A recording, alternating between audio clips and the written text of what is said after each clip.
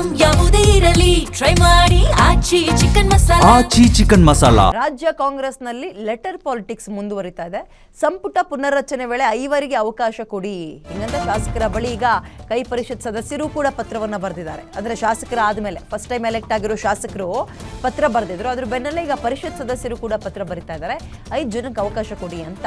24 ಪರಿಷತ್ ಸದಸ್ಯರು ಅವಕಾಶ ಕೇಳ್ತಾ ಇದ್ದು, ಸ್ಥಳೀಯ ಸಂಸ್ಥೆಯಿಂದ ಗೆದ್ದವರಿಗೆ, ಪದವೀಧರ ಕ್ಷೇತ್ರಕ್ಕೆ ಕೆಳಮನೆ ಮತ್ತು ನಾಮನಿರ್ದೇಶನ ಆದವರಿಂದ ಒಬ್ಬರಿಗೆ ಅವಕಾಶ ಕೊಡಿ, ಕ್ಯಾಬಿನೆಟ್ನಲ್ಲಿ ಕನಿಷ್ಠ 5 ಅವಕಾಶ ಕೊಡಿ ಅಂತ ಪರಿಷತ್ ಸದಸ್ಯರಿಗೆ ಮಣೆ ಹಾಕದೇ ಇರೋದು ಬೇಸರ ತರ್ತಾ ಇದೆ ಅಂತ ತಮ್ಮ ಬೇಸರವನ್ನು ವ್ಯಕ್ತಪಡಿಸ್ತಾ ಇದ್ದಾರೆ.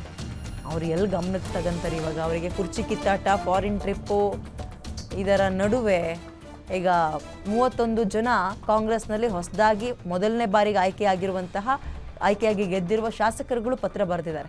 ಒಂದು 5 ಜನನ ಆರಿಸಿ ಸರ್ ನಮ್ಮ ಕಡೆಯಿಂದ ಅಂತ. ಈಗ ಪರಿಷತ್ನವರು ಕೂಡ ಕೇಳ್ತಾ ಇದ್ದಾರೆ. ಹೆಂಗೆ ಪರಿಗಣನೆಗೆ ತಗೊಳ್ತಾರೆ ಅದು ನೋಡೋಣ.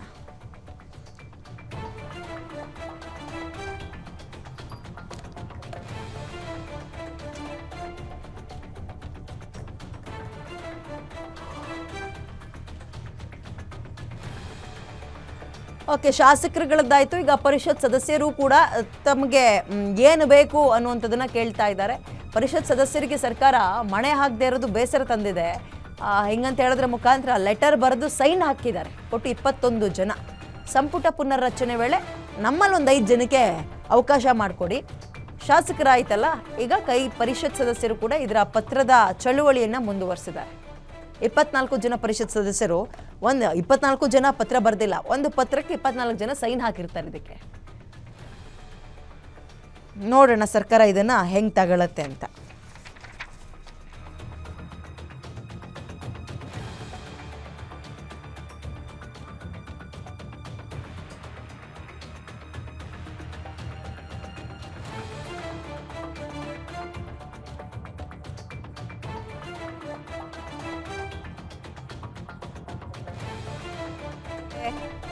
ಓಕೆ, ಇದ್ರ ಬಗ್ಗೆ ಮತ್ತಷ್ಟು ಮಾಹಿತಿನ ನನ್ನ ಕಲಿಗ ವೀರೇಶ್ ನೀಡ್ತಾರೆ. ವೀರೇಶ್, ಮೊನ್ನೆ ತಾನೇ MLAಗಳು 31 ಜನ ಸೈನ್ ಹಾಕಿ ಲೆಟರ್ ಕೊಟ್ಟಿದ್ದನ್ನು ಗಮನಿಸಿದ್ವಿ. ಈಗ ಪರಿಷತ್ ಸದಸ್ಯರು ಕೇಳ್ತಾ ಇದ್ದಾರೆ.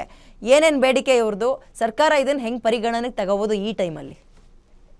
ವಿದ್ಯಾ, ರಾಜ್ಯ ಕಾಂಗ್ರೆಸ್ ಸರ್ಕಾರಕ್ಕೆ ಇದೀಗ 3 ವರ್ಷಗಳು ತುಂಬಿರುವಂತದ್ದು. ಈ ಸಂದರ್ಭದಲ್ಲಿ ಸಚಿವ ಸಂಪುಟ ಪುನರ್ರಚನೆ ಆಗ್ಬೇಕು ಅನ್ನೋ ಒಂದು ಆಶಯವನ್ನ ಸಿಎಂ ಸಿದ್ದರಾಮಯ್ಯ ವ್ಯಕ್ತಪಡಿಸ್ತಾ ಇದ್ದಾರೆ. ಹೀಗಾಗಿ ಇದೀಗ ಸಚಿವ ಸಂಪುಟಕ್ಕೆ ಸೇರ್ಪಡೆ ಆಗ್ಲಿಕ್ಕೆ ಸಾಕಷ್ಟು ಶಾಸಕರುಗಳು ತುದಿಗಾಲ ಮೇಲೆ ನಿಂತಿರುವಂತದ್ದು. ಮೊದಲಿಗೆ ನೂತನವಾಗಿ ಆಯ್ಕೆಯಾಗಿರ್ತಕ್ಕಂಥ 38 ಶಾಸಕರ ಪೈಕಿ 31 ಶಾಸಕರುಗಳು ಈಗಾಗಲೇ ಹೈಕಮಾಂಡ್ಗೆ ಪತ್ರವನ್ನ ಬರೆದು ಕನಿಷ್ಠ ಪಕ್ಷ 5 ನೂತನ ಶಾಸಕರುಗಳಿಗೆ ಸಚಿವ ಸಂಪುಟದಲ್ಲಿ ಸ್ಥಾನವನ್ನ ಕೊಡಿ ಅನ್ನೋ ಒಂದು ಮನವಿಯನ್ನ ಮಾಡಿಕೊಂಡಿರುವಂತದ್ದು. ಇನ್ನೊಂದು ಕಡೆ ಇದೀಗ MLCಗಳು ಸಹ ಸಚಿವ ಸ್ಥಾನಕ್ಕೆ ಆ ಬೇಡಿಕೆಯನ್ನು ಸಹ ಇಟ್ಟಿರುವಂತದ್ದು.